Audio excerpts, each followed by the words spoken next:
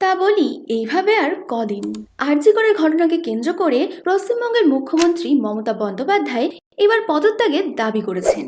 না না, পদত্যাগের দাবি ঠিক নয়, ওই আর কি। উনি বলেছেন পশ্চিমবঙ্গের মানুষকে ভালো রাখতে উনি নাকি পদত্যাগ করতেও রাজি আছেন। বাহ রে বাহ। প্রথমে প্রমাণ লোপাটের চেষ্টায় হসপিটালে ভাঙচুর, বিচারের দাবিতে র্যালি, সুপ্রিম কোর্টে দামি দামি লয়ারদের ভিড়।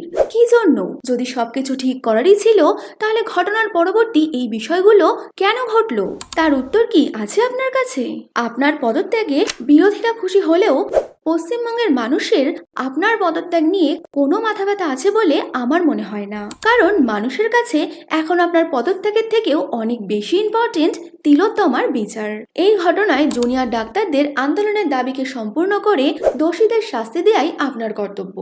তো তোমাদের কি মনে হয় কমেন্টে জানিও। আর এরকমই কন্টেন্ট পেতে চ্যানেলটা ফলো